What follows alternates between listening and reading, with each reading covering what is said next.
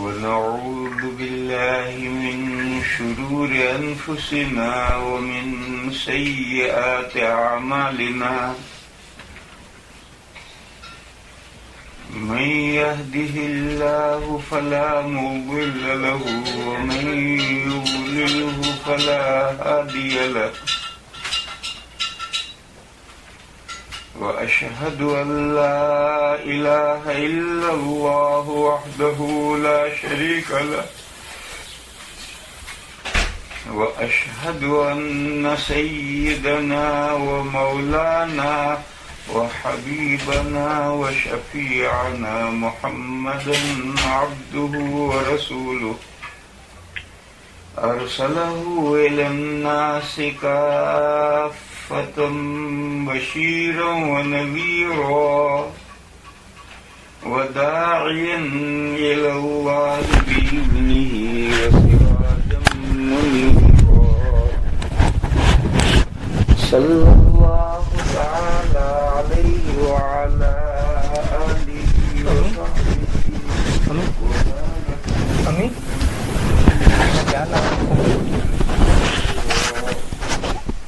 وبعد فأعوذ بالله من الشيطان الرجيم بسم الله الرحمن الرحيم إن المسلمين والمسلمات والمؤمنين والمؤمنات والقانتين والقانتات والصادقين والصادقات والصابرين والصابرات والخاشعين والخاشعات والمتصدقين والمتصدقات والصائمين والصائمات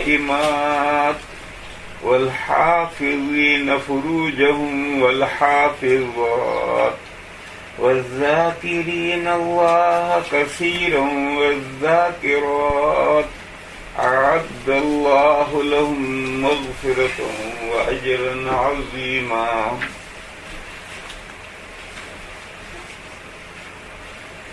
معزز خواتین، مائیں اور بہنیں،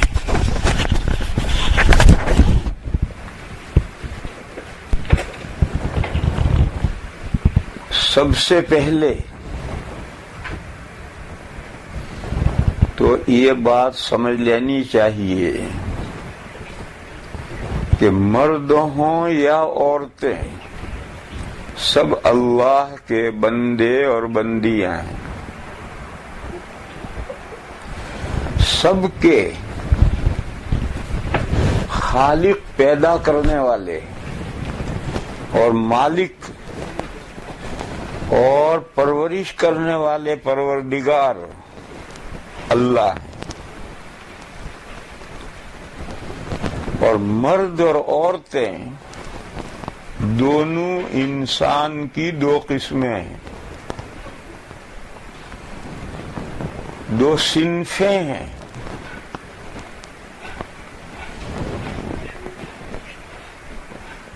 اس لیے اللہ نے جو دین بھیجا ہے، جو دین عقائد اور اعمال کا نام ہے،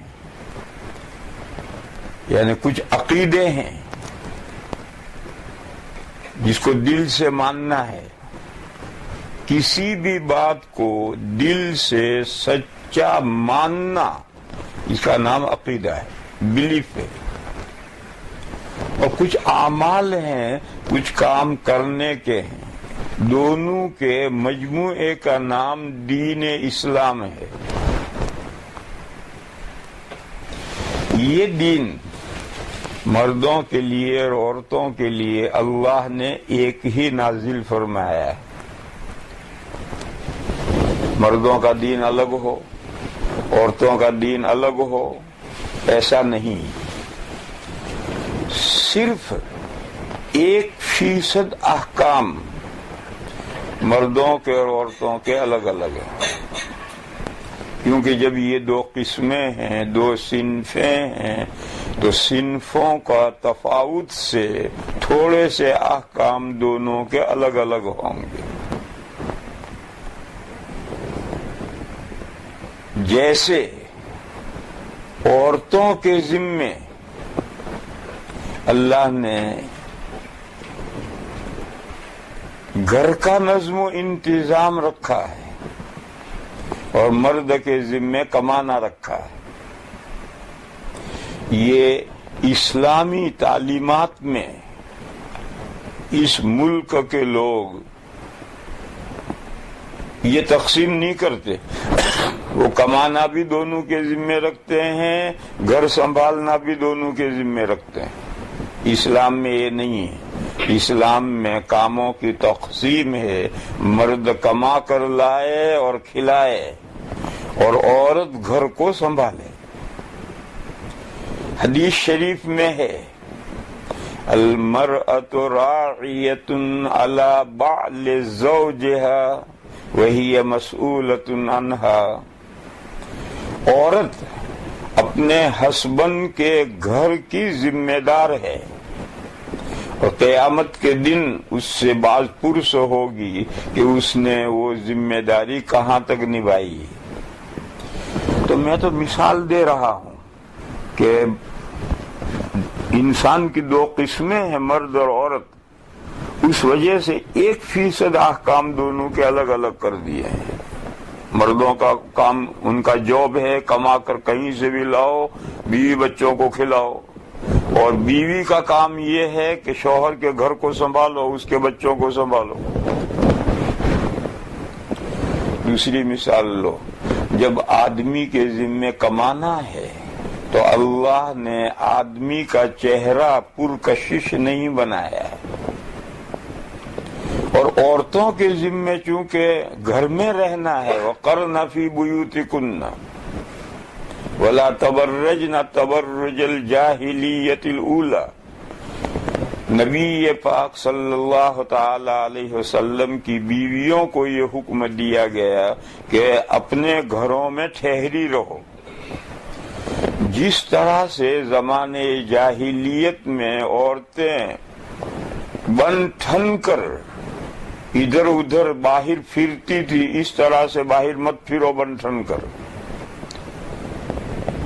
تو چونکہ عورتوں کو گھر ہی میں رہنا ہے تو اللہ نے عورتوں کا چہرہ پرکشش بنایا.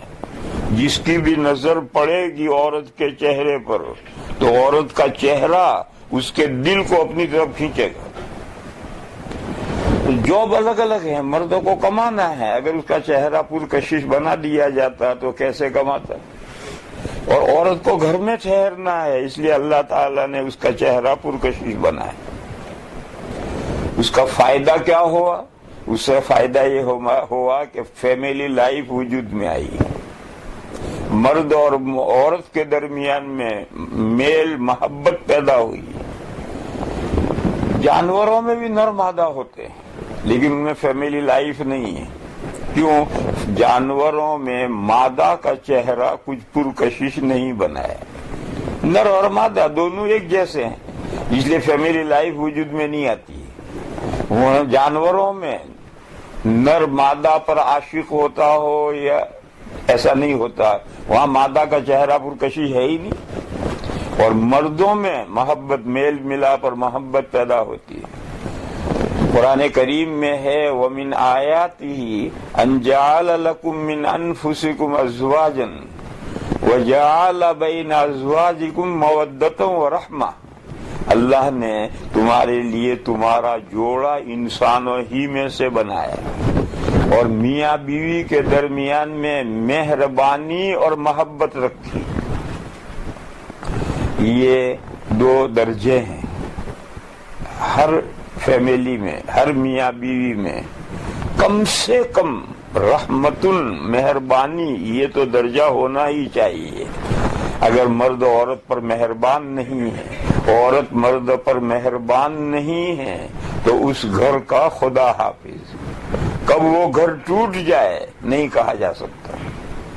لہذا فیملی لائف میں کم سے کم رحمت, مہربانی, یہ درجہ تو لازمی ہے، اس کے بغیر کوئی فیملی لائف پروان نہیں چڑھ سکتی۔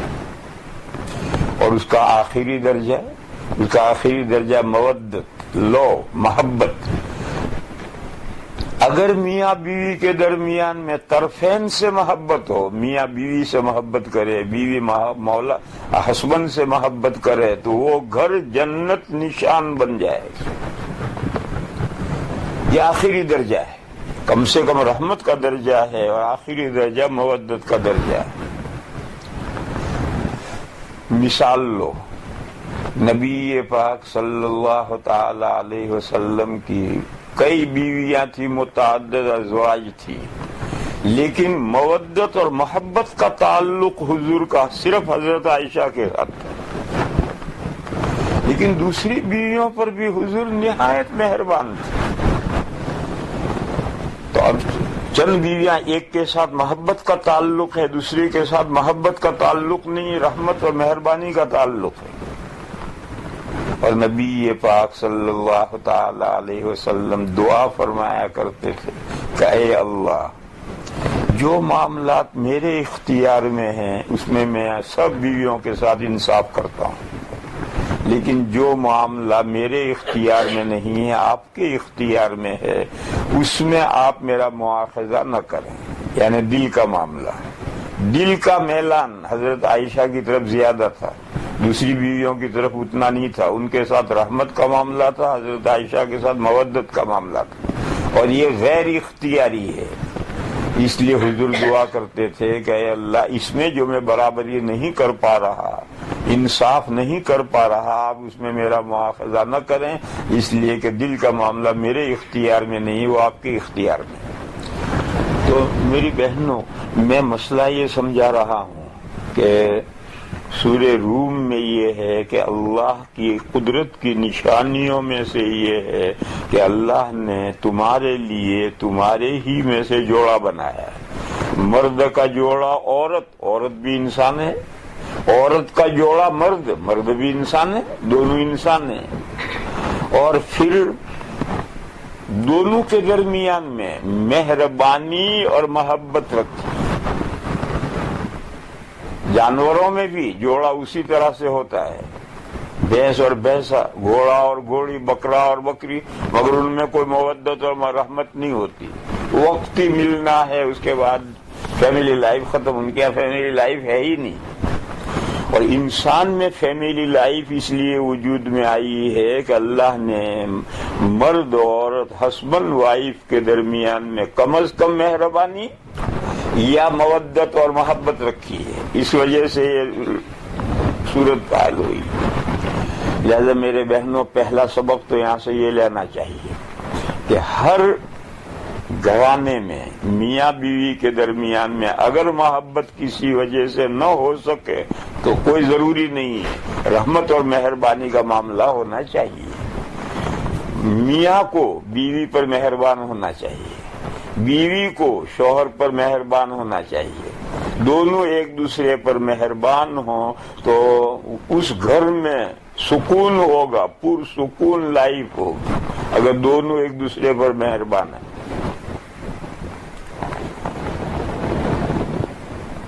اور اگر اللہ کے فضل و کرم سے میاں بیوی کے درمیان میں محبت ہو جائے تو پھر تو وہ گھر جنت نشان بن جاتا ہے۔ لیکن یہ محبت اس ملک میں، اس دنیا میں، یورپ اور امریکہ میں جو محبت کہلائی جاتی ہے، جس کے لیے یہ لوگ انگریزی کا لفظ لو استعمال کرتے ہیں، یہ محبت پائیدار محبت نہیں ہے۔ یہ تو جب تک رنگ روغن ہے وہاں تک مما لو ہے، اور رنگ روغن اتر گیا تو پھر وہ لو بھی ختم ہو جاتا ہے۔ اور قرآن نے جو مودہ لفظ استعمال کیا ہے وہ لو سے بڑا گہرا لفظ ہے۔ مرد کے دل میں بیوی کی محبت دل کے اندر پہنچ جائے، اور بیوی شوہر کی محبت بیوی کے دل کے اندر پہنچ جائے، اور یہ محبت عمر کے بڑھنے سے گھٹتی نہیں ہے، بڑھتی ہے۔ بلکہ بڑھاپے میں تو میاں بیوی کا ایک دوسرے کے ساتھ اتنا گہرا تعلق ہو جاتا ہے کہ جوانی میں اتنا نہیں تھا. یہ محبت ہے، یہ پائیدار ہے، یہ برقرار رہنے والی ہے، رنگ روغن کے ساتھ زائل ہونے والی نہیں ہے.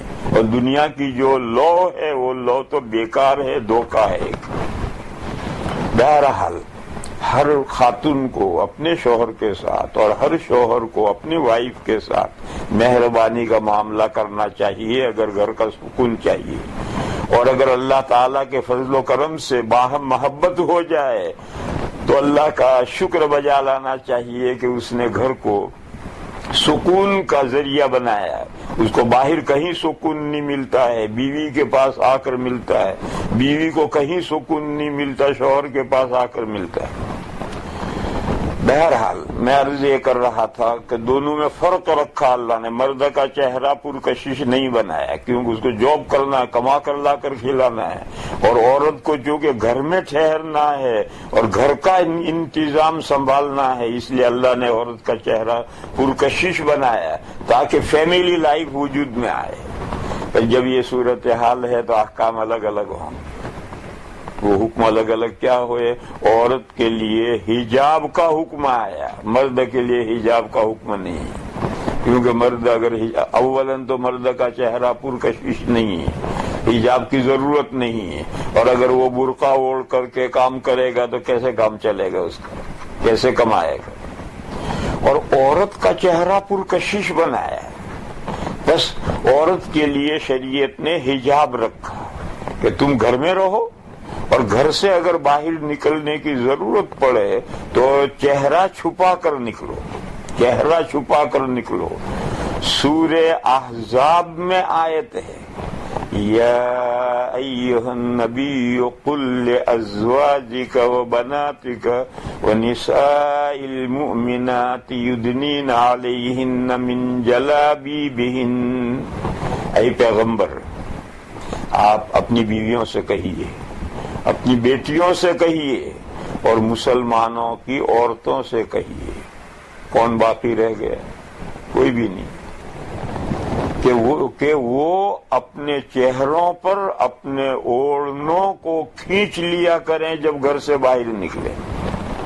یہ جو آج کل دنیا میں طرح طرح کے برقعے نکلے ہیں، یہ برقعے ہی ہونے ضروری نہیں ہے. اوڑھنا اوڑھ رکھا ہے اس نے، اور اس نے اوپر کا سر پر سے پلہ چہرے پر کھینچ لیا اور سارا چہرہ چھپا لیا.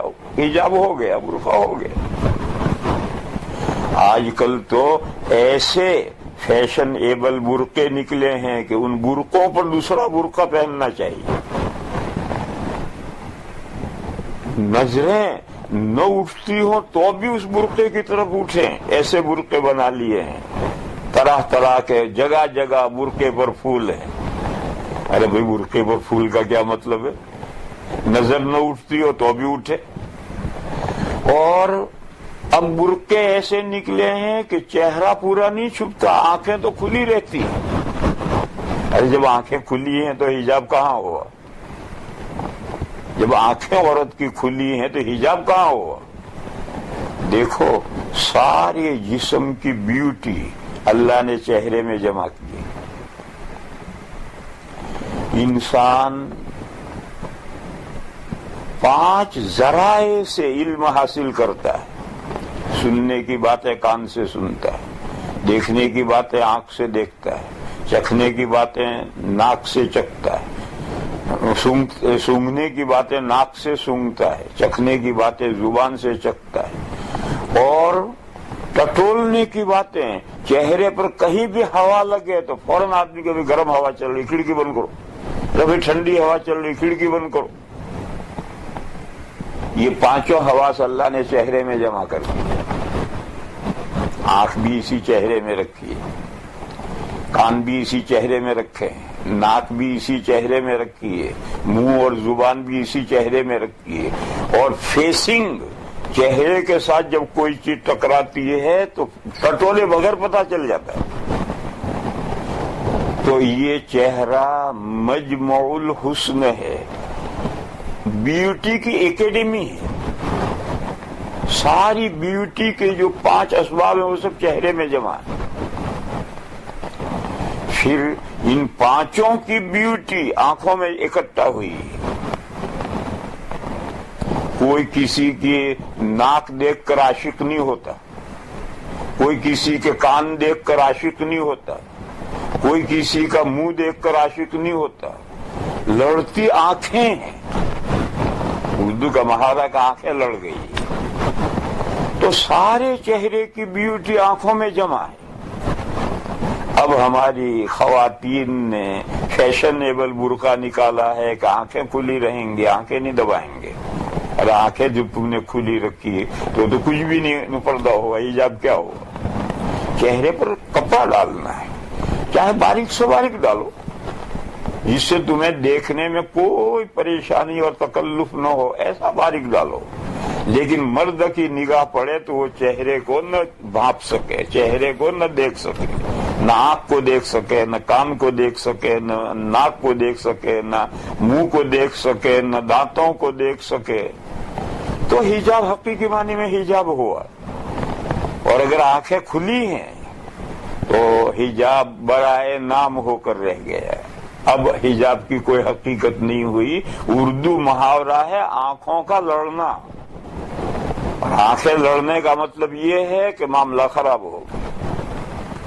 اسی لیے قرآن کریم میں اللہ تعالیٰ نے مردوں کو بھی یہ حکم دیا, عورتوں کو بھی یہ حکم دیا. قُل لِّلْمُؤْمِنِينَ يَغُضُّوا مِنْ أَبْصَارِهِمْ وَيَحْفَظُوا فُرُوجَهُمْ. آپ مومنین سے کہیے کہ وہ اپنی نگاہیں نیچی رکھیں اور اپنی شرمگاہوں کی حفاظت کریں. اگر آنکھیں لڑ گئی تو شرمگاہ کی حفاظت نہیں ہو سکے.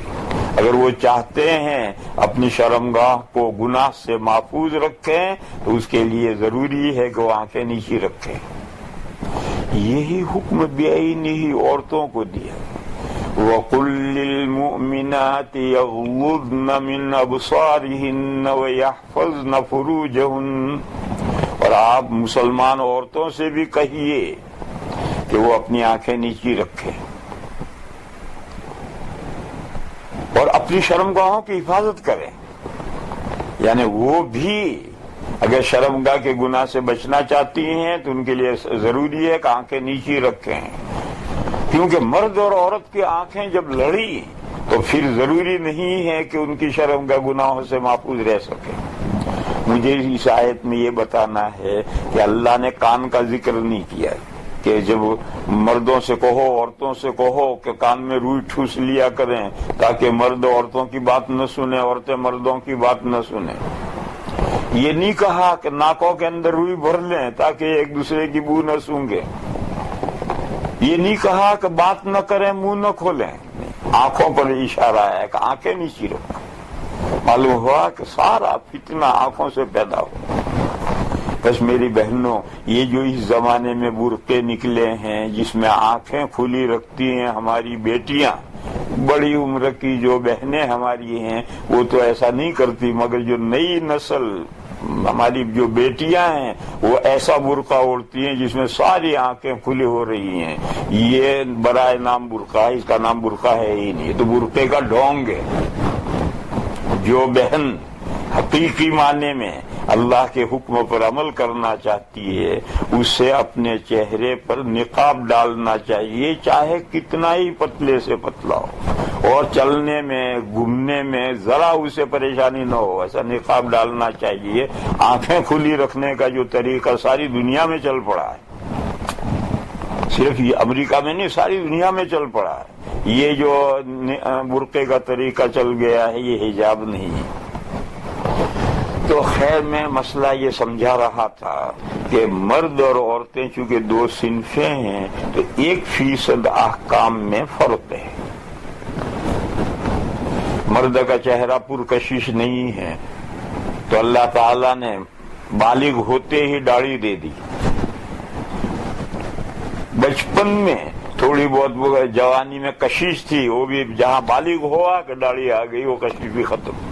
کیونکہ بالغ ہونے سے پہلے تو بچہ پڑھے گا لکھے گا, اب بازار میں جا کر کام کرے گا. اور بازار میں کام کرنے کا وقت آیا تو اللہ نے مرد کو داڑھی دے دی تاکہ تھوڑی بہت کشش تھی وہ بھی ختم ہو جائے، اور عورت کو اللہ تعالیٰ نے داڑھی نہیں دی. کیوں؟ داڑھی آئے گی تو کشش ختم ہو جائے گی، تو اس کی کشش برقرار رکھنے کے لیے اللہ نے عورتوں کو داڑھی نہیں دی. چنانچہ مسئلہ یہ ہے کہ مرد کے لیے داڑھی مونڈنا حرام ہے، مونچھیں کاٹنا اور زیادہ سے زیادہ پست کرنا یہ سنت ہے. داڑھی مونڈنا حرام ہے. اور کسی عورت کے داڑھی کے کچھ بال نکل آئیں یا مونچھوں کے کچھ بال نکل آئیں، بعض عورتوں میں بڑھاپے میں ایسا ہو جاتا ہے، تو ایسی صورت میں اس کے لیے وہ داڑھی کے بال مونڈنا واجب ہے، مونچھ کے وہ بال مونڈنا واجب ہے، تاکہ اس کے چہرے کی کشش برقرار رہے اور شوہر کا اس کی طرف التفات رہے. تو اب ایک کے لیے داڑھی مونڈنا حرام ہے، مونچھیں کاٹنا ضروری ہے، ایک کے لیے داڑھی مونڈنا اور مونچھیں مونڈنا ضروری ہے تاکہ اس کے چہرے کی کشش برقرار رہے. اسی طرح سے میری بہنوں سمجھو کہ اللہ تعالی نسل کو جو آگے بڑھاتے ہیں تو مرد اور عورت کے ملنے سے نسل آگے بڑھتی ہے، لیکن والد دونوں ہیں، مرد بھی والد ہے، عورت بھی والد ہے. بس عورت کے لیے عربی میں تا بڑھاتے ہیں تو والد کے ساتھ والدتن بڑھا دیتے ہیں، والد اور والدہ، یعنی دونوں جننے والے ہیں. مرد بھی جننے والا ہے، عورت بھی جننے والی ہے، کیونکہ دونوں کے ملنے سے نسل آگے بڑھتی ہے. لیکن فاعل اور مفعول کا فرق ہے. مرد جنواتا ہے، عورت جنتی ہے. مرد جنواتا ہے، عورت جنتی ہے، اس کا الٹا نہیں ہوتا. تو اس لیے احکام میں تھوڑا فرق پڑ گیا. عورتوں کے ساتھ اللہ تعالی نے ایسے احوال رکھے جو مردوں کو پیش نہیں آتے. مثلا عورت کا مزاج ٹھنڈا بنایا، مرد کا مزاج گرم بنایا، تو عورت کے مزاج میں جو برودت ہے وہ بچے کی نشو و نما میں استعمال ہوتی ہے، اور مرد کو اس برودت کی ضرورت نہیں. عورت کو منتھلی پیریڈ آتا ہے تاکہ وہ خون جب حمل کے زمانے میں باہر آنا بند ہو جائے اور پیچھے اس کا اسٹاک جمع ہوتا رہے، تو جب بچے میں جان پڑتی ہے تو وہ خون ناف کے راستے سے بچے کے پیٹ میں جا کر اس کی غذا بنتی. تو اب یہ سارا سسٹم عورتوں میں مرد میں نہیں ہے. بس عورتوں کے کچھ احکام الگ ہو جائیں گے مردوں سے. مرد اور عورت کے ایک احکام ہے، لیکن صنفی نزاکت کی وجہ سے، کیونکہ مرد جنواتا ہے، عورت جنتی ہے، اس لیے حیض و نفاس کے احکام عورتوں کے ساتھ متعلق ہو گئے، مردوں کے ساتھ یہ احکام متعلق نہیں ہوئے. اسی سلسلے میں ایک مسئلہ اور سمجھاؤں میں، اگر بہنیں سمجھ لیں اسے. مرد کو شریعت نے اجازت دی کہ وہ ضرورت ہو اور انصاف کر سکے تو 2 یا زیادہ 4 تک بیویاں ایک وقت میں کر سکتا ہے، اور عورتوں کو یہ اجازت نہیں دی کہ ایک وقت میں 2 یا زیادہ شوہر کر لیں. کیوں؟ بعض اس ملک میں یہ عورتیں سوال کرتی ہیں کہ جب مرد چند بیویاں کر سکتا ہے تو عورت چند شوہر کیوں نہیں کر سکتی؟ یہ سوال ان ملکوں میں سامنے آتا ہے. تو میں اسی کو سمجھا رہا ہوں کہ یہ صنفی احکام کا فرق ہے. مرد جنواتا ہے اور عورت جنتی ہے. تو میری بہنوں یہ سمجھو، مرد ایک وقت میں کئی بیویوں سے جنوا سکتا ہے بچے، اور عورت ایک وقت میں 2 شوہروں کا بچہ نہیں جن سکتی. بس اگر عورت کے 2 یا زیادہ شوہر ہوں گے تو کس کا بچہ جنے گی، اور کیسے فیصلہ کریں گے کہ کس کا بچہ ہے؟ اور مرد تو ایک وقت میں چند عورتوں سے بچے جنوا سکتے. ہندوستان کا ایک قصہ ہے. جب ہندوستان آزاد ہوا تو پہلے وزیر اعظم تھے جواہر لال نہرو. ان کے زمانے میں کچھ میڈم، مسلمان نہیں غیر مسلم، کچھ میڈم ایک ڈیپیوٹیشن لے کر، وفد لے کر اور میمورینڈم لے کر وزیر اعظم کے پاس پہنچی. اس میمورینڈم میں یہ تھا کہ جب مردوں کو ایک سے زیادہ بیویاں کرنے کی قانوناً اجازت ہے تو عورتوں کو بھی ایک سے زیادہ شوہر کرنے کی قانوناً اجازت ہونی چاہیے.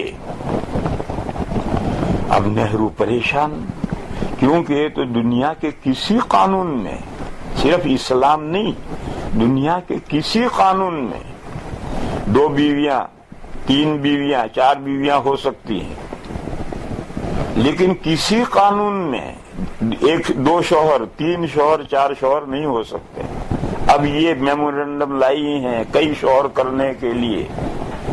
تو نہرو نے حضرت مولانا ابوالکلام آزاد رحمت اللہ علیہ کو فون کیا. سب سیکریٹریٹ میں ہوتے تھے، وہ وزیر معارف تھے، ایجوکیشن منسٹر تھے اور جیل کے ساتھی تھے. تو نہرو نے مولانا آزاد کو فون کیا کہ مولانا ایسا ایک میڈموں کا، معزز شریف عورتوں کا ایک ایسا ڈیپیوٹیشن آیا ہوا ہے، ان کا میمورینڈم یہ، میں کیا جواب دوں. تو مولانا آزاد نے کہا کہ آپ اس وفد کو لے کر میری کوٹھی پر آ جائیں. وہ بھی وہیں سیکریٹریٹ میں ان کی بھی کوٹھی ہے. تو نہرو صاحب اس وفد کو لے کر پہنچے تو مولانا لان میں گھوم رہے تھے، ان کے انتظار آئے، ویلکم کیا، سب کو بٹھایا آفس میں. مولانا آزاد نے پوچھا پنڈت جی کیا مسئلہ ہے؟ تو نہرو نے بتلایا کہ مولانا یہ میڈم ہیں، ان کا یہ میمورینڈم لے کر آئے ہیں. تو مولانا نے کہا آپ اجازت دے دیجیے، 2 یا زیادہ شوہر کرنے کی آپ اجازت دے دیجیے. اب نہرو ہچکچائے. تو مولانا نے کہا آپ اجازت نہیں دیتے تو لائیے، پیڈ لائیے، میں اجازت لکھتا ہوں. تو اس نے پیڈ مولانا کے سامنے کر دیا. مولانا نے قلم سنبھالا اور لکھنے کا گویا ابتدا کی. پھر ایک دم رکے اور ان میڈموں سے کہا دیکھو میڈم، ابھی میں آپ کے لیے اجازت لکھتا ہوں 2 یا زیادہ شوہروں کی، لیکن ایک بات سن لو، اگر ایک مرد کی 4 بیویاں ہوتی ہیں تو وہ 4 سے ایک ساتھ بچے لیتا ہے، بچے جنواتا ہے. آپ کے 4 شوہر ہوں گے تو 4 شوہروں کے لیے ایک ساتھ بچے جننے ہوں گے. اور چلو میں ایک کا کنسیشن کر دیتا ہوں، 3 کے لیے تو جننے ہی ہوں. اس شرط کے ساتھ میں اجازت لکھوں گا. بولیے. وہ کیا بولتی، اٹھ کر گئی. وہ گئی، آج 60-55 سال ہو گئے، پھر وہ وفد نہیں آیا. اس قصے میں مجھے سمجھانا کیا ہے؟ اس قصے میں مجھے یہ سمجھانا ہے کہ عورت ایک وقت میں ایک ہی کا بچہ جن سکتی ہے، تو 2 یا زیادہ شوہر اس کے لیے کیسے ہوں گے؟ اور مرد ایک وقت میں ایک سے زیادہ عورتوں سے بچے لے سکتا ہے. لہذا مرد کو ضرورت ہو، 2 شرطیں، مرد کو ضرورت ہو اور مرد 2 یا زیادہ بیویوں کے درمیان انصاف کر سکے تو شریعت نے اجازت دی. پیرس میں ایک کانفرنس ہو رہی تھی، پرانا قصہ ہے. پیرس میں ایک کانفرنس ہو رہی تھی، اسلامی کانفرنس. اس میں ان کے یہود و نصارہ کے پروفیسر بھی موجود تھے، مسلمان عرب علماء بھی موجود تھے. اس کانفرنس میں غیر مسلم پروفیسروں نے اسلام میں جو حجاب کا حکم ہے کہ عورت پردے میں رہے، اس پر انہوں نے اعتراض کیا کہ اسلام کا یہ حکم ظالمانہ ہے. مرد جب کھلے چہرے پھرتا ہے ساری دنیا میں تو عورت کیوں نہ پھرے؟ عورت کو گھر میں بند رکھنا یا گھر سے نکلے تو اسے تھیلے میں بند کر دینا کہ وہ انگلی بھی نہ دکھا سکے، چہرہ بھی نہ دکھا سکے، یہ عورتوں پر ظلم ہے. یہ اعتراضات کرتے رہے کرنے والے. مسلمان پروفیسر عرب تھے، وہ سنتے رہے. جب عربوں کی عالم کی باری آئی تو ایک عرب عالم نے جواب دیا. اس نے کہا کہ آپ حضرات نے اسلام کے حجاب کے مسئلے پر اعتراضات کیے ہیں کہ یہ عورتوں پر ظلم ہے، یہ آپ کا اعتراض ہم ایکسپٹ کرتے ہیں، ہم اس اعتراض کو جانتے ہیں، مان لیتے ہیں، لیکن آپ حضرات یہ بات سمجھ لیں کہ اسلام یہ چاہتا ہے کہ بیوی ایک ہی شوہر کا بچہ جنے۔ آپ لوگ اپنی بیویوں سے کئی شوہروں کے بچے جنوانا چاہیں تو اجازت دیں، وہ اپنے بوائے فرینڈ بناتی رہیں اور چلتی رہیں۔ اسلام یہ نہیں چاہتا، اسلام چاہتا ہے کہ عورت اپنے شوہر ہی کا بچہ جنے۔ تو گھڑوں پانی پڑ گیا ان پروفیسروں پر، یعنی کیا جواب دیا اس نے کہ تم جو غیر مسلم ہو، تمہاری عورتیں صرف تمہارا بچہ نہیں جنتی، تمہارے گھر میں جو بچہ پیدا ہوتا وہ شوہر کا، اس کی کیا دیر گارنٹی ہے؟ معلوم نہیں اس نے کس سے زنا کیا ہے۔ اور اسلام نے عورت طے کر دیا کہ عورت گھر میں جو بچہ جنے گی وہ شوہر ہی کا ہو، اور اس کے لیے حجاب ضروری ہے۔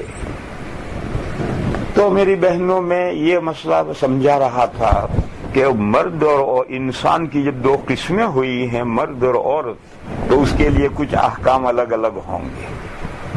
ان میں سے دوسری مثال یہ ہے، سب بہنیں اس بات کو جانتی ہیں کہ عورت پر ایسے احوال آتے ہیں کہ اس وقت وہ بیوی سے نہیں، وہ شوہر سے نہیں مل سکتی یا نہیں ملنا چاہتی۔ ہر مہینے 7-8 دن اس کا آتے ہیں پیریڈ کے، اس میں وہ شوہر سے نہیں مل سکتی، حرام ہے۔ پھر بچہ جب پیٹ میں حمل ٹھہر جاتا ہے تو بچے کی ولادت جب قریب آتی ہے تو آخری 3 مہینے اس کا جی شوہر سے ملنے کو نہیں چاہتا۔ پھر بچہ پیدا ہونے کے بعد 40 دن نفاس آتا ہے، اس میں بھی نہیں مل سکتا۔ اب اگر کوئی مرد قوی شہوت ہے تو اس کا کام ایک بیوی سے کیسے چلے گا؟ جب دو ہی راستے ہیں، ایک راستہ تو یہ کہ وہ گرل فرینڈ بنائے، اور اس ملک میں اس کی اجازت ہے جتنی چاہو گرل فرینڈ بناؤ، اور دوسرا راستہ یہ ہے کہ جائز طریقے پر وہ وائف بنائے، اس کے سارے حقوق ادا کرے۔ اسلام نے گرل فرینڈ بنانے کی اجازت نہیں دی، تو کہا مرد کو ضرورت ہے تو جائز طریقے پر نکاح کرے، اور اس شرط کے ساتھ کہ ہر عورت کے ساتھ انصاف کر سکے۔ خیر میں یہ فرق بتلا رہا تھا، اسی طرح سے اور بھی کچھ فرق ہیں، اور وہ 1% ہیں۔ باقی پوری شریعت کے احکام ایک ہیں، مردوں کے لیے بھی عورتوں کے لیے بھی، عقیدے بھی ایک ہیں، اعمال بھی ایک ہیں۔ تو ہماری بہنیں کبھی کبھی یہ مطالبہ کرتی ہیں کہ ہم عورتوں کا بیان الگ سے رکھا جائے، یہ بیکار سی بات ہے۔ دونوں کا احکام ایک ہیں، یا جو بیان کرو وہی مردوں کے لیے وہی عورتوں کے لیے ہے، لیکن عورتوں کا یہ جذبہ ہوتا ہے، اور یہ جذبہ آج نیا نہیں ہے۔ نبی پاک صلی اللہ تعالی علیہ وسلم کے زمانے میں بھی یہ بات پیش آ چکی ہے۔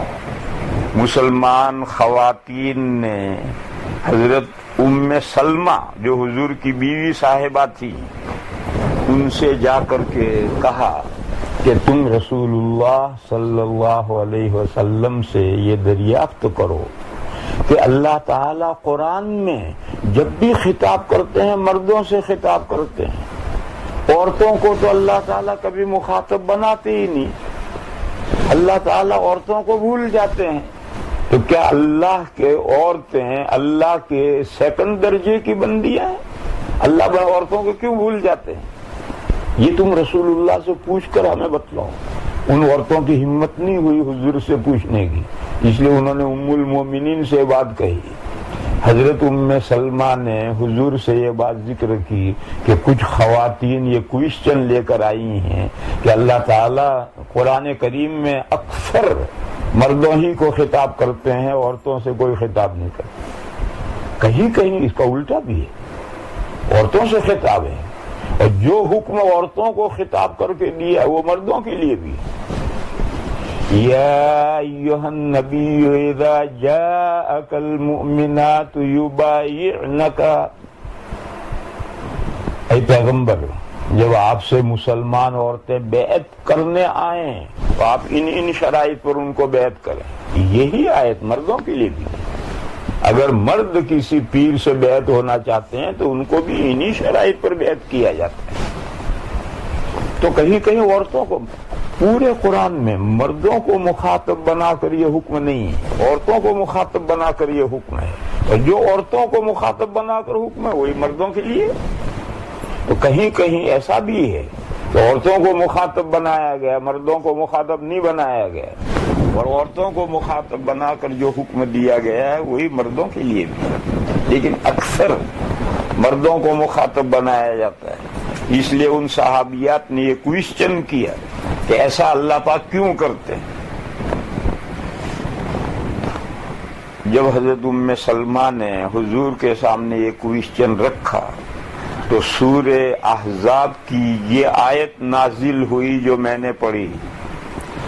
اس میں مردوں اور عورتوں کو دوش بدوش ذکر کیا. ان المسلمین والمسلمات والمؤمنین والمؤمنات والقانتین والقانتات. لمبی آیت ہے. پوری آیت میں مردوں کے ساتھ عورتوں کو ذکر کیا اور اشارہ کیا کہ دونوں کے احکام ایک ہیں، پھر الگ الگ نام لینے کی کیا ضرورت ہے. اور تمہارا مطالبہ ہے تو لو ایک آیت میں مردوں کا اور عورتوں کا دونوں کا تذکرہ ہم کیے دیتے ہیں. مگر یہ قاعدہ سمجھ لو کہ دونوں کے احکام ایک ہیں، لہذا دونوں کا نام لینے کی ضرورت نہیں. پھر سوال پیدا ہوتا ہے کہ ٹھیک ہے دونوں کا نام لینے کی ضرورت نہیں ہے، اکثر مردوں کا نام کیوں لیا گیا؟ اکثر عورتوں کا نام لیتے اور وہی عورتوں والے احکام مردوں کے لیے ہوتے. اکثر مردوں کا نام کیوں لیا؟ وائے؟ تو اس کا جواب بھی سنو. فیملی لائف ایکوالٹی کے ساتھ پائیدار نہیں ہوتی. فیملی لائف ایکوالٹی کے ساتھ پائیدار نہیں ہوتی. آپ نن مسلم سوسائٹی میں آپ دیکھیے روز گھر ٹوٹتے ہیں. بلکہ اب تو انہوں نے یہ طریقہ اختیار کر لیا کہ نکاح کرنا ہی نہیں، ویسے ہی بھینس اور بھینسے کی طرح ساتھ رہو. پھر کبھی 2-4 بچے ہونے کے بعد میں یہ خیال ہوا کہ اب نکاح کر لیں گے تو بات بنے گی، تب وہ نکاح کرتے ہیں، اس سے پہلے نکاح ہی نہیں کرتے. اور پھر اتنا تجربہ 2-3 بچے ہو گئے، اتنا تجربہ کے بعد بھی نکاح کرتے ہیں اور وہ فیملی لائف ختم ہو جاتی ہے. اس کی وجہ کیا ہے؟ اس کی وجہ وہی ایکوالٹی. ایکوالٹی کے ساتھ فیملی لائف پائیدار کنٹینیوس نہیں چل سکتی. اس کو کسی نہ کسی دن ٹوٹنا ہے.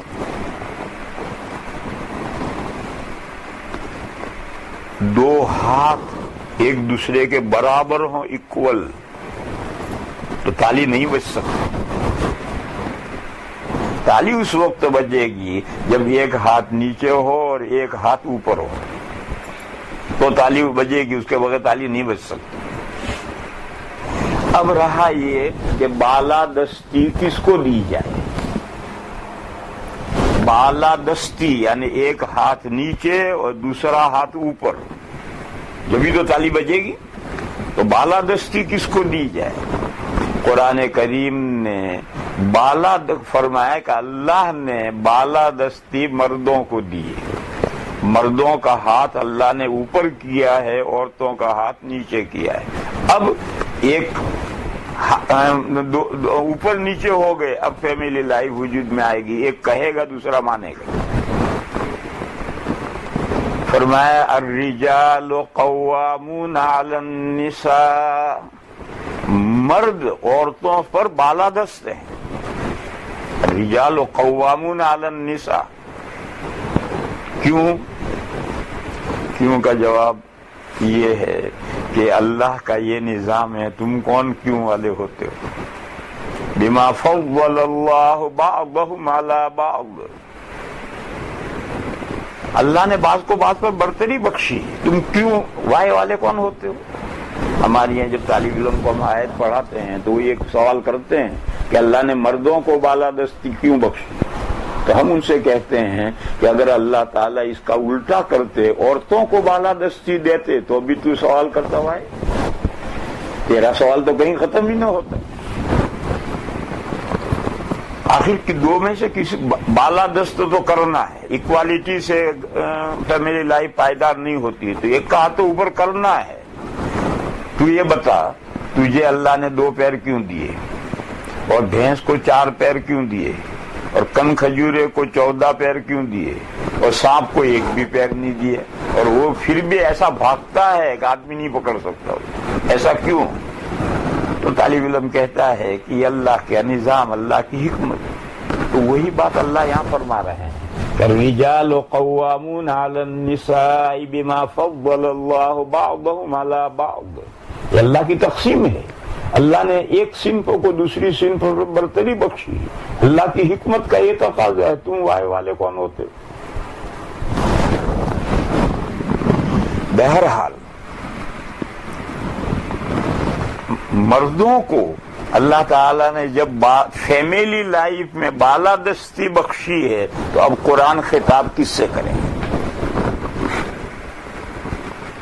ظاہر ہے جو گھر کا بڑا ہے اس سے خطاب کرے گا، چھوٹا اس کے ماتحت بنے گا۔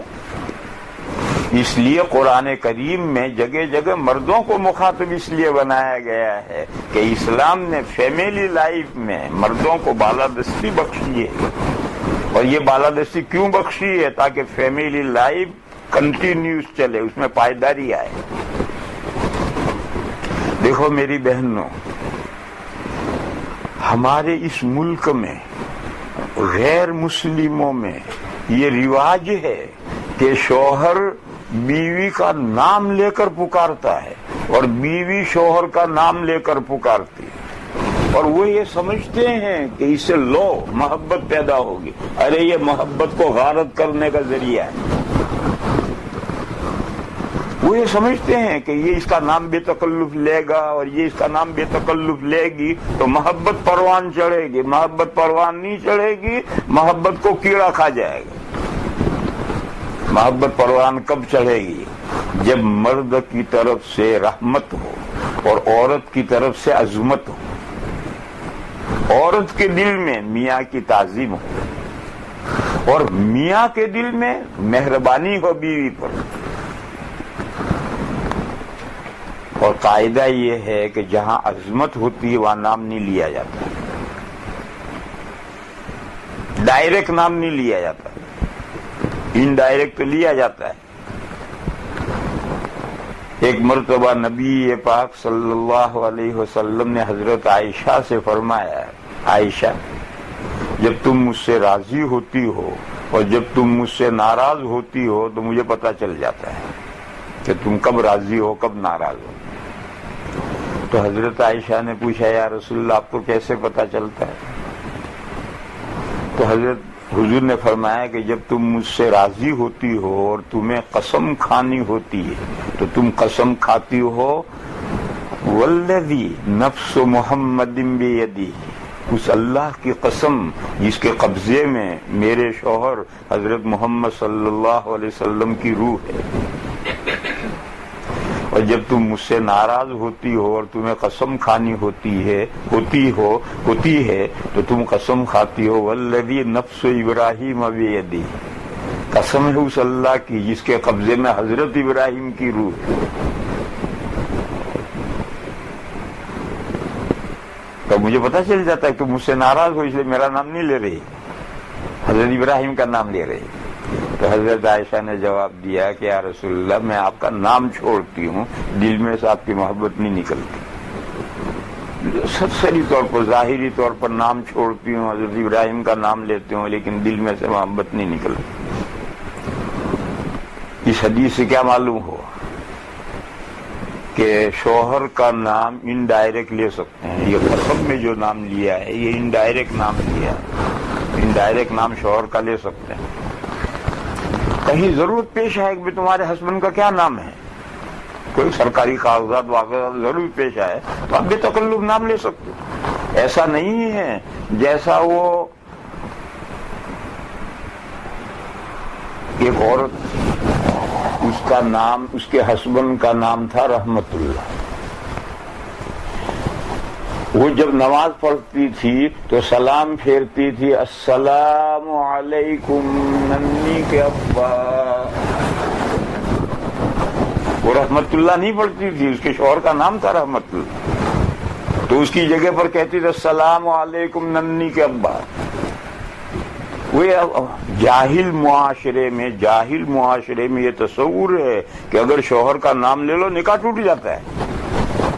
اب اس عورت کو بیچاری کو نماز تو پڑھنی ہے، تو وہ یہ کہتی تھی، رحمت اللہ نہیں بولتی تھی، ننی کے ابا کہتی تھی. یہ بیکار سی بات ہے. ضرورت کے وقت میں انڈائریکٹ نام لے سکتے ہیں. کسی نے پوچھا تمہارے ہسبینڈ کا کیا نام ہے، بے تکلف بتاؤ، تو نکاح پر کوئی اثر نہیں پڑتا. لیکن حضور کی ازواج کبھی حضور کو نام پاک سے مخاطب نہیں بناتی تھی، یا رسول اللہ کہتی تھی. احترام والا، عظمت والا نام پکارتی تھی، اے اللہ کے رسول. نام پاک سے خطاب نہیں کرتی تھی. بس جہاں تعظیم ہو، صحابہ بھی حضور کو یا محمد کہہ کر نہیں پکارتے تھے، یا رسول اللہ کہتے تھے. حضور کے زمانے میں یہودی مدینہ میں تھے، وہ بھی یا محمد نہیں کہتے تھے، یا ابو القاسم کہتے تھے. تو بہرحال جہاں جس دل میں تعظیم ہو تو معظم کا نام نہیں لیا جاتا، یہ تعظیم کے خلاف. بس عورتوں کو اپنے شوہر کا نام نہیں لینا چاہیے. اگر ان کے دلوں میں تعظیم ہے وہ کبھی نام نہیں لیں گے. ان کو کوئی نہ کوئی تعظیم والا کلمہ بنا لینا ہے. کنیت بنا لو، بڑے لڑکے کے نام سے، بڑے لڑکے کا نام عبد الرحمان کے ابا، بڑی لڑکی ہے زینب کے ابا، یا کوئی اور مولانا صاحب، حاجی صاحب، کوئی بھی عظمت والا نام رکھ لو. عورتوں کو اپنے شوہروں کو نام سے نہیں پکارنا چاہیے، یہ تعظیم کے خلاف. اور مرد بیوی کا نام انڈائریکٹ بھی لے سکتا ہے، ڈائریکٹ بھی لے سکتا ہے، کیونکہ ادھر سے تعظیم نہیں ہے، ادھر سے رحمت اور پیار ہے. اور نام لینا یہ رحمت اور پیار کے منافی نہیں ہے. نبی پاک صلی اللہ تعالی علیہ وسلم نے اپنی ازواج کو نام لے کر پکارا ہے. لیکن وہاں بھی اگر شوہر کوئی کنیت رکھ لے، بیٹے کے نام سے عبد الرحمان کی امی، زینب کی امی، حجن، کچھ بھی نام رکھ لے تو یہ اور بھی بہتر ہے. لیکن مرد عورت کا نام ڈائریکٹ بھی لے سکتا ہے، انڈائریکٹ بھی لے سکتا ہے. اور عورتوں کو شوہروں کا نام انڈائریکٹ تو لے سکتی ہیں لیکن ڈائریکٹ نہیں لینا چاہیے. ایک طرف سے عظمت ہونی چاہیے، ایک طرف سے رحمت ہونی چاہیے، تب فیملی لائف پروان چڑھے گی اور وہ فیملی لائف کبھی نہیں ٹوٹے گی. جس عورت کے گھر میں ہسبینڈ کا احترام ہے، رسپیکٹ ہے، اور جس شوہر کے گھر میں بیوی پر شفقت اور مہربانی ہے، وہ گھر کبھی نہیں ٹوٹے گا انشاءاللہ. اور یہ جو آج اس دنیا میں ایک رواج چل پڑا ہے، اور وہ رواج ہمارے مسلمان گھروں میں بھی آ گیا ہے، اور وہ یہ سمجھتے ہیں کہ ایک دوسرے کا نام لے کر پکاریں گے تو محبت بڑھے گی. ارے محبت نہیں بڑھے گی، محبت کو کیڑے کھا جائیں گے، آہستہ آہستہ اس کو کیڑے کھانے لگیں گے. تو میری بہنوں میں یہ بات بتلا رہا تھا کہ اللہ جل شانہ امن والہ کا یہ نظام ہے کہ گھروں کی لائف پائیدار رہے، اس لیے مردوں کو بالادستی دی ہے عورتوں پر. بس جب یہ صورتحال ہے تو اکثر خطاب مردوں ہی سے ہوگا، عورتوں سے تو کبھی ضرورت پڑے گا تو خطاب ہوگا. جب بھی کوئی دروازے پر آ کر آتا ہے تو آ کر پہلے مرد کو پکارتا، فلاں صاحب ہیں، گھنٹی بجاتا تو مرد آتا ہے. کون؟ آج کل میری بہنیں یہ بھی سن لیں، مجھے اس ملک کا تو اندازہ نہیں ہے، اپنے ملکوں کی بات بتا رہا ہوں. ٹیلی فون آیا، گھنٹی بجی تو پہلے بیوی اٹھائے گی، ہیلو ہالو کرے گے، کون ہو، کیا نام ہو، کس سے ملنا ہے. اگر یہ ہوا کہ ایسا آدمی کا ٹیلی فون ہے جس سے شوہر کو ملنے وہ اشارہ کر دے گا نہیں ملنا، تو وہ کہہ دے گا گھر میں نہیں، دیکھو پہلا جھوٹ تو یہ بولا۔ اور اگر ایسا ہے کہ اسے ملنا کا شوہر کو پسند ہے تو وہ کہے گی لے تیرا فون ہے، اور اسے وہ سامنے والا سن رہا ہے کہ لے تیرا فون ہے۔ یہ سلسلہ ٹیلی فونوں پر چل پڑا ہے۔ حالانکہ چاہیے یہ کہ گھر میں مرد ہے تو عورتیں فون نہ اٹھائیں، مرد فون اٹھائے گا، سامنے سے کوئی خاتون بول رہی ہے تو گھر کی عورتوں کو دے دے گا، کوئی نہیں ہے تو عورت کو فون اٹھانا چاہیے، اور وہ بھی لچکدار آواز میں جواب نہیں دینا چاہیے، کھردرے لہجے میں جواب دینا چاہیے۔ فلا تخضعن فی القول، لچکدار بات مت کرو، فیطمع الذی فی قلبہ مرض۔ لیکن کھردرے لہجے میں بات کرنے کا مطلب یہ نہیں ہے کہ گالیاں بکنا شروع کرے کہ تو نے مجھے کیوں فون کیا، نہیں، قول معروفہ کہو۔ تو ہمارے یہاں ہندوستان میں ایک مصیبت آ گئی ہے، جس کو بھی فون کرو پہلے عورت اٹھائے گی، وہ ساری بایوگرافی پوچھے گی، اس کے بعد میں پھر وہ شوہر کو دیکھ لے تیرا فون ہے، یہی جملہ ہم سنتے لے تیرا فون ہے، کوئی عظمت نہیں اس کے دل میں شوہر کی۔ تو بہرحال میں وجہ یہ بتلا رہا تھا کہ قرآن میں مردوں سے خطاب اکثر کیوں ہے، مگر عورتوں نے ڈیمانڈ کی کہ اللہ ہم بندیوں کو کیوں بھول جاتے ہیں، تو اللہ تعالیٰ نے ایک آیت نازل فرمائی، اس میں عورتوں کا تذکرہ مردوں کے دوش کیا، اور 10 کام بتلائے کہ 10 کام ہیں، یہ 10 کام جو مرد کرتے ہیں یا جو عورتیں کرتی ہیں ان کے لیے اللہ تعالیٰ نے مغفرت تیار کی ہے، یعنی ان کے چھوٹے موٹے گناہ اللہ بخش دیں، اور ان کے لیے بڑا اجر تیار کیا ہے، سیلری، مزدوری، بڑا اجر، جنت ان کے لیے تیار کر رکھی، چھوٹے موٹے گناہ خود ہی اللہ معاف کر دیں گے، ان کے لیے مغفرت بھی تیار کی ہے، اعد اللہ لہم مغفرۃ واجرا عظیما، اللہ نے ان کے لیے مغفرت اور اجر عظیم تیار کر رکھا ہے۔ کن کے لیے؟ جن مردوں میں 10 باتیں ہوتی ہیں، جن عورتوں میں 10 باتیں ہوتی ہیں۔ اب یہ اصل مضمون ہے، آج کی تقریر کا اصل مضمون یہ ہے، ان 10 باتوں کی میں لمبی تفصیل نہیں کروں گا، مختصر تاکہ آپ ان 10 باتوں کو یاد رکھ سکیں اور ان پر عمل کر سکیں۔ ایک، اسلام، ان المسلمین والمسلمات، مسلمان مرد اور مسلمان عورتیں، یعنی اسلام۔ دوسرا ایمان، والمؤمنین والمؤمنات، ایمان۔ میری بہنوں، ایمان نام عقائد کا ہے اور اسلام نام اعمال کا ہے۔ ہم نے تعلیم الاسلام میں ایمان مجمل اور ایمان مفصل یاد کیے، اس میں جو عقیدے ہیں 7 وہ ہیں ایمان، اللہ کو ماننا، اللہ کو ایک ماننا، قیامت کے دن کو ماننا، رسولوں کو ماننا، فرشتوں کو ماننا، اللہ کی سب کتابوں کو ماننا، بھلی بری تقدیر کو ماننا، مرنے کے بعد دوبارہ زندہ ہونے کو اور حساب دینے کو ماننا، ان کو دل سے یقینی جان ماننا، یہ جو عقائد ہیں، عقائد کا نام ایمان ہے۔ میری بہنوں، عقیدے صحیح ہونے ضروری ہیں، اگر عقیدوں میں گڑبڑ تو جنت میں جانا مشکل ہے۔ یہ جو حدیث سنی ہوگی آپ نے، حضور نے فرمایا کہ یہود کے 71 فرقے ہوئے، عیسائیوں کے 72 فرقے ہوئے، اور میری امت کے 73 فرقے ہوں گے، اور ان میں سے ایک فرقہ جنت میں جائے گا اور باقی سب فرقے جہنم میں جائیں گے۔ یہ فرقے بنتے ہیں عقائد کی وجہ سے، اور اعمال میں جو اختلاف ہے، جس سے حنفی، شافعی، مالکی، حنبلی، اس سے فرقے نہیں بنتے۔ چاروں اماموں کے ماننے والے برحق ہیں، فرقے بنتے ہیں عقائد میں اختلاف سے۔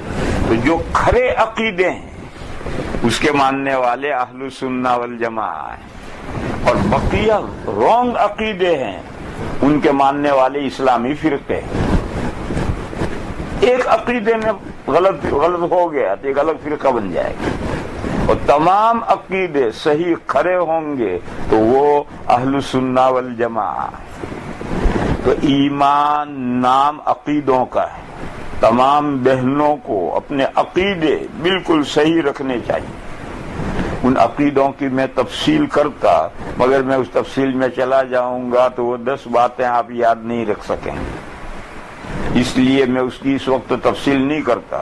بس یہ بات کہ عقیدوں کا نام ایمان ہے، اور اعمال یعنی نماز، روزہ، زکوٰۃ، حج وغیرہ، ان اعمال کا نام اسلام ہے۔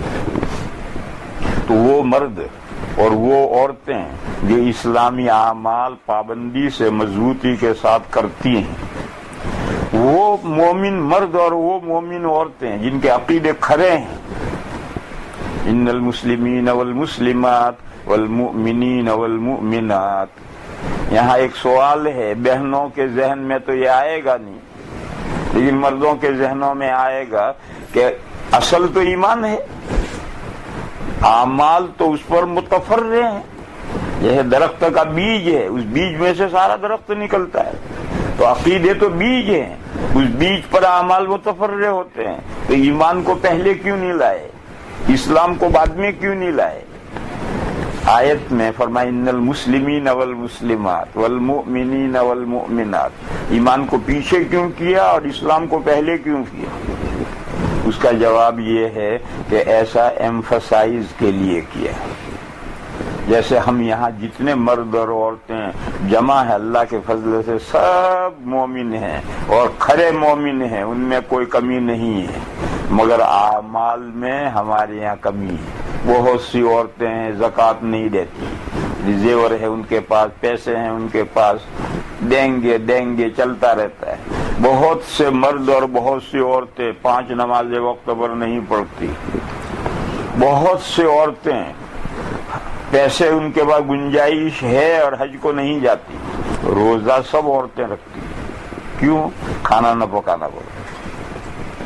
میرا آج رمضان شریف چل رہا ہے، روزہ ہے، تو اس لیے روزہ تو سب عورتیں رکھتی ہیں، لیکن حج فرض ہوتا ہے اور نہیں کرتی، زکوٰۃ واجب ہو جاتی اور نہیں دیتی، نماز 5 وقت کی نہیں پڑھتے، ہم مرد بھی نہیں پڑھتے، عورتیں بھی نہیں پڑھتی، تو کمی اعمال اسلام میں آتی ہے۔ ایمان میں عقیدوں میں تو کوئی کمی نہیں ہوتی، اس لیے اس پر زور دینے کے لیے، ایمفسائز کے لیے اسے پہلے ذکر کیا ہے کہ جنت میں جانا ہے کہ جی جانا ہے تو اسلام، اعمال اسلام مضبوطی سے کرو، اور دوسرے نمبر پر لائے ایمان کھڑا ہونا چاہیے۔ تو جن بندوں میں اور جن بندیوں میں یہ 2 باتیں ہیں۔ تیسری بات ہے قنوت۔ قنوت کے معنی ہے تابع داری۔ جو مرد تابع داری کرتے ہیں، جو عورتیں تابع داری کرتے ہیں، کس کی تابع داری؟ اللہ کی تابع داری۔ جو مرد اللہ کی تابع داری کا، تابع داری کیا ہے؟ اللہ نے جو احکام دیے ہیں اس کا فالو کرنا، یہ تابع داری، یہ فالوئنگ، اس کا فالو کرتے ہیں۔ جو مرد اور اللہ کے احکام کی فالوئنگ کرتے ہیں، جو عورتیں اللہ کے احکام کا فالوئنگ کرتی ہیں۔ دیکھو اللہ کے احکام میں سے ایک حکم ہے عورتوں کے لیے، یہ ہے کہ وہ مردوں کی بات مانے۔ اذا امرتہ اطاعتہ، جب مرد عورت کو کوئی حکم دے تو عورت اس کا کہنا مانے، اور کس درجے پر کہنا؟ حدیث شریف میں ہے کہ اگر مرد اپنی ضرورت کے لیے عورت کو طلب کرے اور وہ چولہے پر روٹی پکا رہی ہے تو روٹی پکانا بند کر دے، چھوڑ دے، شوہر کی بات مانے اور شوہر کی ضرورت پوری کرے۔ تو یہ جو شوہر کی تابع داری کرنی ہے یہ اللہ کا حکم ہے، اس لیے تابع داری کرنی۔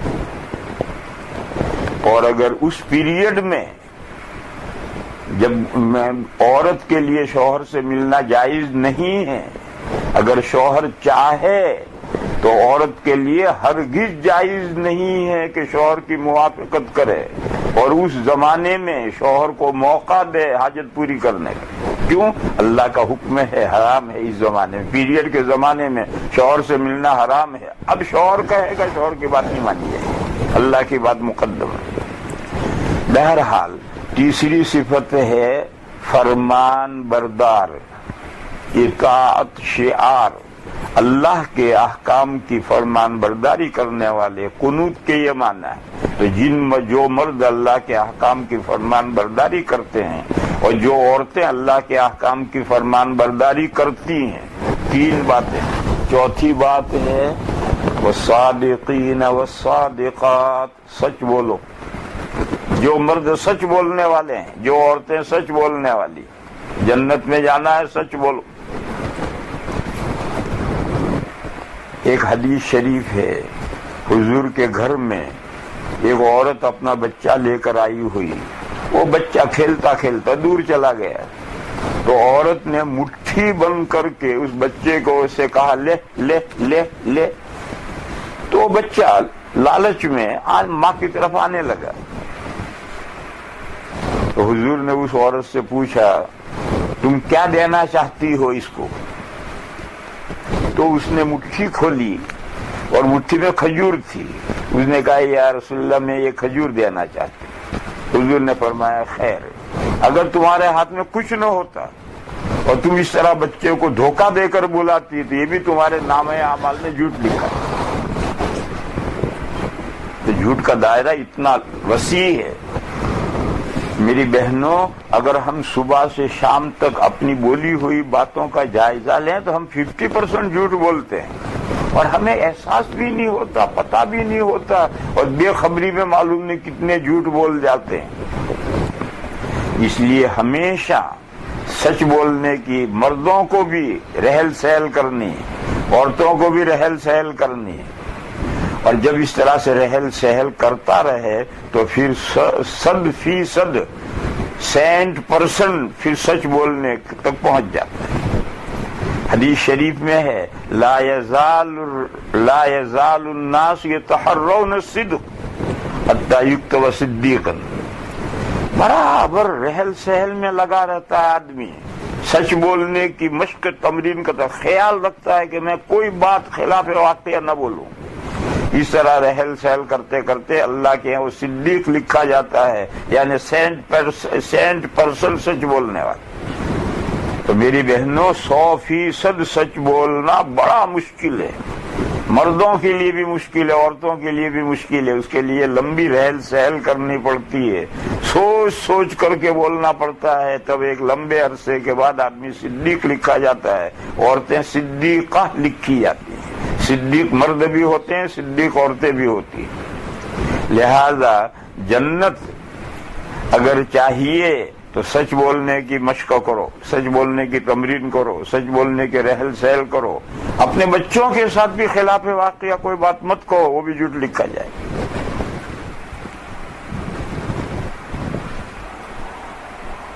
ایک حدیث میں ہے کہ سچ نیک کاموں کی طرف رہنمائی کرتا ہے اور نیک کام جنت میں لے جاتا ہے، اور جھوٹ بدکاریوں کی رہنمائی کرتا ہے اور بدکاریاں جہنم میں لے جاتا ہے۔ یعنی سچ کا یہ فائدہ ہے کہ نیک کام کرنے کو جی چاہے گا، اور جھوٹ کی یہ نحوست ہے کہ برا کام کرنے کو جی چاہے گا۔ جو نیک کام کرے گا وہ جنت میں پہنچے گا، جو برے کام کرے گا وہ جہنم میں پہنچے گا۔ لہذا یہ صفت صادقین والصادقات، جو مرد سچ بولنے والے ہیں اور جو عورتیں سچ بولنے والی ہیں، والصابرین والصابرات، 5ویں صفت ہے جب بھی کوئی خلاف طبع پیش آئے، طبیعت کے خلاف کوئی بات پیش آئے تو ہمت نہ ہار جانا، ہمت سے کام لینا اور اس خلاف طبیعت بات کو انگیز کرنا، برداشت کرنا، یہ صبر ہے۔ کسی کا انتقال ہو گیا تو جی چاہتا ہے خوب ماتم نوحہ کرنے کو، پھوٹ پھوٹ کر رونے کو، مگر آدمی نے، عورت نے اپنے آپ کو سنبھال لیا اور وہی رونا سنت ہے، رونا سنت ہے، کسی کے مرنے پر رونا سنت ہے، اس سے دل کا صدمہ ہلکا پڑتا ہے، لیکن آواز نکلی یا سر سے ماتھا پھوڑ دیا، چوڑیاں توڑ دی، آہو بکا کر دی، شروع کر دی شیطان کی طریقے سے، یہ حرام ہے، جزا فضا حرام ہے، ماتم نوحہ حرام ہے۔ تو صدمہ برداشت نہیں کر سکی، یہ صبر نہیں، اس لیے اگر صبر کی صفت ہے تو بڑے سے بڑا صدمہ آدمی برداشت کر لے گا۔ دل میں بھر جاتا ہے صدمہ تو رو لو، تنہائی میں بغیر آواز کے رو لو، آنسوؤں سے وہ صدمہ کم ہو جائے گا۔ کوئی مالی نقصان ہو گیا بہت بڑا، ایسے موقع پر لوگ ہارٹ فیل ہو جاتے ہیں، ارے جس اللہ نے دیا تھا اس نے لے لیا، گھر جل گیا، جس اللہ نے دیا تھا اس نے لے لیا، چور اچھا گئے، جس اللہ نے دیا تھا وہ حی لا یموت ہے، وہ ہمیشہ زندہ رہنے والا ہے، وہ دوبارہ دے دے گا۔ اس میں حد سے زیادہ جزا فضا کرنے کی، پریشان ہونے کی کیا ضرورت ہے؟ تو ہر مرد میں اور ہر عورت میں صبر چاہیے، صبر، صبر کے معنی ہم نے خاص کر لیے ہیں۔ کوئی مر جائے تو مت رو، بیٹھے رہو بے وقوف بن کر، ارے اسی کا نام صبر نہیں ہے، صبر نام ہے ہر خلاف طبیعت جو بات بھی پیش آئے اس موقع پر آپے سے باہر نہ ہو جائے آدمی، بلکہ ہمت سے کام لے اور اس آنے والے صدمے کو، اس آنے والی حالت کو انگیز کرے، برداشت کرے، یہ صبر ہے۔ کبھی ایسا ہوتا ہے کہ بیوی کے ساتھ شوہر کا معاملہ کسی وجہ سے نامناسب ہوتا ہے، اب ایسے موقع پر عورتیں پریشان ہو جاتی ہیں، ارے پریشان وہ عورت ہوگی جس میں صبر کی کمی ہے، وہ صبر سے، ہمت سے اپنے کام لے گی تو دیر سویر معاملات خود ہی درست ہو جاتے ہیں۔ اللہ کا ارشاد ہے ان مع العسر یسرا، تنگی کے ساتھ اللہ نے آسانی رکھی ہے، کچھ دن تو صبر سے کام لو، دیکھو پھر حالات خود ہی پلٹ جائیں گے۔ بہرحال 5ویں صفت ہے والصابرین والصابرات، 6 صفت ہے والخاشعین والخاشعات، خشوع کے معنی ہے عاجزی، اور عاجزی اللہ کے سامنے کرنی، اللہ کے سامنے بندے کی جو عاجزی ہے اس کا نام ہے خشوع۔ اللہ کے سامنے، اللہ تو ہمیں نظر نہیں آتے، پھر اللہ کے سامنے عاجزی کیسے کریں گے؟ اللہ نظر نہیں آتے، اللہ کے احکام نظر آ رہے ہیں، ان احکام کے سامنے عاجزی کہ ہاں بھائی اللہ کا حکم ہے، سر آنکھوں، ہم اپنی عملی کوتاہی سے عمل نہ کر سکیں لیکن فوراً اللہ کے حکم کو مان لینا، سر آنکھوں پر اللہ کا حکم ہے تو عمل کریں۔ دیکھو خشوع کو سمجھنے کے لیے اس کی ضد ہے کبر، اس کو سمجھو، کیونکہ بعض مرتبہ ایک لفظ ڈائریکٹ نہیں سمجھ میں آتا، اس کی ضد کو سمجھتے ہیں، وَبِأَضْدَادِهَا تَتَبَيَّنُ الْأَشْيَاءُ۔